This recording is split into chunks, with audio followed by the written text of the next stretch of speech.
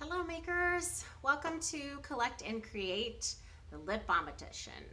My name is Rebecca, I own The Good Rub, and I'm here today to show you how to make lip balm. So you either purchased one of our lip balm DIY kits or were gifted a kit. And this is what the kit looks like, so when you got it in the mail, that's what you should have received.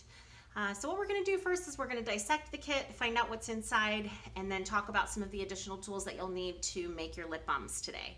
So first things first, on the label, the only really major information you need to know on here is the type of essential oil that was chosen. So if this was gifted to you, on the side where the ingredients are, you'll see that we've marked exactly which essential oil was chosen for you. If you purchase them, then you'll obviously get to see which essential oils were for each kit so that you don't get them mixed up if you bought more than one kit. So this gives you, a better handle of exactly which one you're making. So let's go ahead and dig into the kit and find out what's inside. So you just have to pull the label off the bottom here and it will wrap right around. First things first, right on top we have our lip balm tubes. All right, so we'll take those off of the label. Feel free to either keep the label if you'd like to so that you know what the ingredients are on inside, or if you have any information that you want to get off of here, like our website or anything like that, you can find that information on here.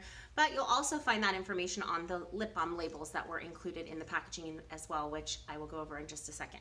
So we've got 2 lip balm tubes. So what we're going to do is just take the tops off of those while we're here. We're going to set those aside since we're going to be filling them anyway. All right, and then inside our kit we have a bottle of oil. This oil is your olive oil and the essential oil that you've chosen or that has been selected for you mixed together. So we've already done that part of the mixing for you. All right, so there's our oil. We've got a package of beeswax, right? It's got a nice little zip off top right here on the top, so you're just gonna be able to tear that off. So there's our beeswax. This is gonna help hold your lip balm together, make it a little bit more solid so you don't have just a bunch of mushy oils on your lips. Then we also have a package of shea butter. So the shea butter is going to help with nourishing the lips.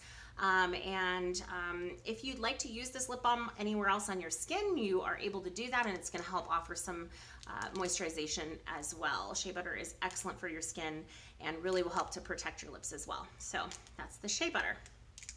All right, so we're going to set our little tin here aside because we may end up needing it. Also inside your package, you should have received 2 lip balm labels. On the label, as you'll see here, let's see if we can zoom in here a little bit. You'll see there's a little handcrafted by, and then the line, so you'll be able to see like where you can either write your name, or if you're doing this with your children, you can they can write their names in so that they know who handcrafted this specific lip balm. This also gives all of the ingredients in the lip balm and our information in case you decide that you ever want to do another one and you don't remember who we are. We are The Good Rub, and our website is right on here as well. So we're going to set our labels aside because we're not going to need those obviously until the end of our make here. But let's get started. So the other tools that you're going to need, and you will have found also in your package, is a pipette. This is going to be used for us to put the mixture into our lip balm tubes. So set that aside, we're going to be needing that for sure. If you would like to, you are able to use your own little container, or you can use the tin. You're going to need some sort of small container. So you could use a small little glass container like this. I wouldn't recommend plastic because you're going to be putting it into onto some heat. So you want to make sure that you're either using a small little glass bowl, or you can use the tin that we've provided as well. It makes a great option for being able to do this kind of double boil situation. And then you could just wipe it out and reuse it later for, jewelry or whatever you want to use it for in the future. We love the idea of reusing things here, so feel free to use that for something in your home. I don't know, buttons or whatever you want to put inside here. Okay, so then you're also going to need on your stove, you're going to want to have some sort of pot, a small pot, or this one's kind of the ones we use regularly. So We use these for double boils all the time. You're only going to want maybe a half an inch of water in there, especially if you're using the tin. You don't want the tin to be floating all over the place. So I like to just kind of like test it out to see, you know, where I'm at. I put enough water in here that just barely covers the bottom. It's probably only to like here. It really doesn't cover that much, but because it's a tin, it will heat pretty easily, even if it's only in that small amount of water. If you're going to do the glass, you may want to add a little bit more water. It is a heavier container, so you can add some more water so that it really does heat up. So anyway, you're going to put your container inside your double boil situation here, which is your pot with a little bit of water, and then you're going to turn your stove on a really low setting. I would say probably only like right around low to maybe low medium. You really don't want the water to start boiling. You just want it to get hot enough to heat what's inside. So what we're going to do first is we're going to have our heat going right now, just so we can get the container heating up a little bit. Then we're going to take our beeswax and we're going to tear off the top here, and we're going to pour that into our container. And try to get all of the little beeswax beads out of there if possible. Okay, there we go, empty beeswax. And that's going to melt down pretty quickly if it's in the tin. The glass may take a little bit longer. Glass is a little bit thicker, right? So it's going to take some time to heat. But this looks like it's actually heating up pretty nicely already. So while that's heating, we're going to go ahead and open up our shea butter, right? And just tear the top off of that. Shea butter is a little bit finicky. It doesn't really like really hot heat, so that's why we want to keep the temperature on low. And just take your time. You don't really have to, you know, do this really quickly. You can take your time here and just enjoy the process. So if I'm going a little bit too fast, just pause me for a minute and, you know, catch up, and, you know, we'll do this together. So we're looking like we're melting here pretty well. I'm actually going to, I'm going to wait for that to melt a little bit more, and then we'll add our shea butter in and get that melting. And in the meantime, if you'd like to, you can, you know, write your name on your label and kind of check it out and see, you know, everything that's on here, all your ingredients. And so we're just gonna kind of wait for this. It's melting down pretty quickly. So I'm gonna go ahead and add the shea butter to it, because it looks like our beeswax beads, I think you can probably see there, it's coming to the end here of our melting. So I'm just gonna go ahead and squeeze this out, almost like you're trying to push, you know, push a little something out of a container that, you know, you want the very last bit. So we're just gonna kind of squeeze that out into our container here and get all of that shea butter out of there. Right into our little container. Okay. Now keep in mind that this metal tin will get warm, so you want to be careful if you touch it that you don't burn yourself. So be very, very careful. If you're doing this project with kids, you want to make sure that you're around all the time, because you're around a stove and hot ingredients, so you want to be very, very careful about that. But we're looking like we're getting pretty close here. It's already melting down, and like I said, shea butter is one of those, like, really doesn't like hot heat, so it will melt very, very quickly, and you won't really need to do much more than that. So it looks like it's almost finished melting here. As soon as that's done melting, we're going to be adding our oils. So I would just give these a little bit of a shake, make sure we've got all of that essential oil mixed in nicely. Wait for this to melt a little bit more. I like to kind of move it around a little bit. Be careful when you grab onto the tin. It could be a little bit warm, so you can also use your pipette and just kind of like move the tin around a little bit, try to kind of move the ingredients around. I wouldn't put the pipette right in there just yet, because you don't have your oils in, and that beeswax will harden right on this plastic right away. So it looks like we're pretty close here. So now you want to take your oils, and you're going to pour your oils right into that same mixture. And you'll see it kind of solidify just a little bit as you pour it, because the oils are a much lower temperature than what's in the tin right now.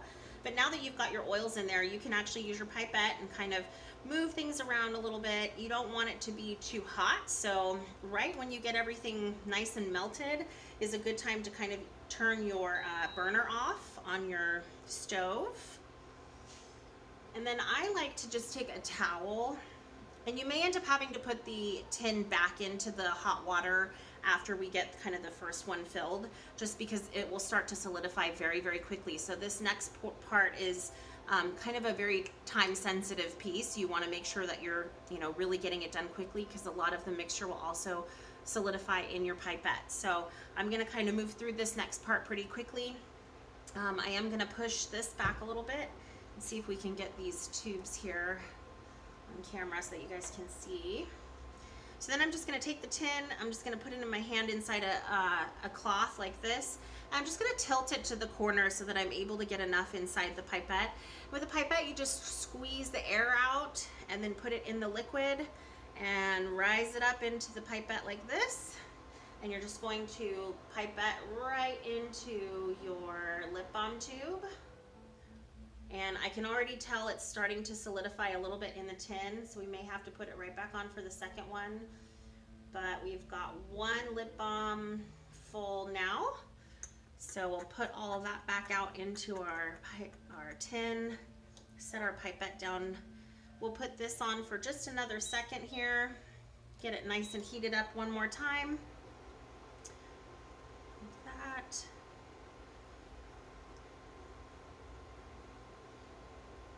Alright, it's looking pretty good. I think we're pretty heated here. And get that to the corner. Turn my burner off. And we will fill up one more time here.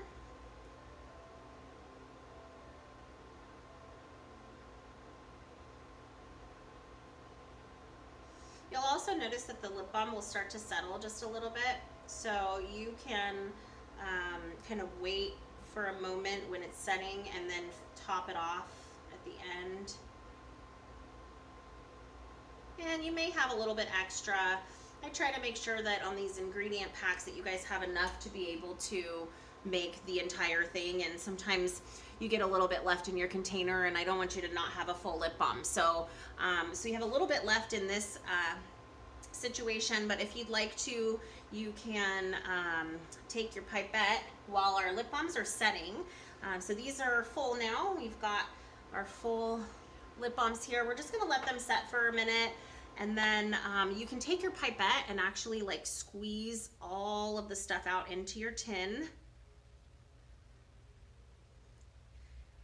So it's gonna come out just like long strips.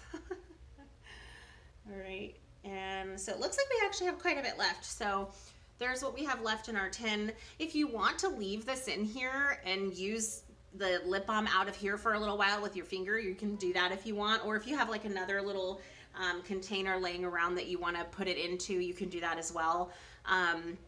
If not, and you don't want to use it, which I'm not really sure why you wouldn't, I would just leave it in the tin and use it out of here until, it's gone. Or you can use like a paper towel and wipe out the tin, and then you'll be able to use the tin again at a later date. But you have a little bit extra lip balm in here as well. So it looks like our lip balms are starting to set pretty good. So there it is. Oh, yay, how exciting. Okay, so we're gonna cap these off. This one got a little bit on the side here. We're gonna cap these guys off, and we'll take our label.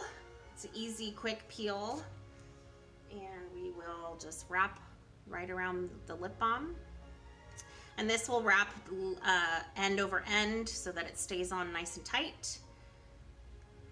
And there we go, there's one. These do take a little bit of time to solidify, but not too long. So even after just that couple of minutes, it'll be fine for you to pick up. And I would say probably wait another like 5 to 10 minutes before you go using the lip balm, because you want to make sure that it's really solidified. But yeah, so there's our 2 lip balms. Collect and create. So fun. So Anyway, I hope you guys had a really good time, and we are having just such a blast making this stuff with you guys in your homes. And we have another kit available as well. It's a bath bomb kit, so we will teach you how to make bath bombs, and we will send you the ingredients as well in a kit just like this. And so that is pretty much it. For cleanup, it's pretty simple. You're just gonna go ahead and toss your label backings and your little baggies. You can actually recycle those if you'd like to. If you rinse out the baggies, and then same with the pipette, same thing, can be recycled if you get it clean enough. And yeah, so thanks so much for joining, and enjoy your lip balms. Take care, you guys. See you next time.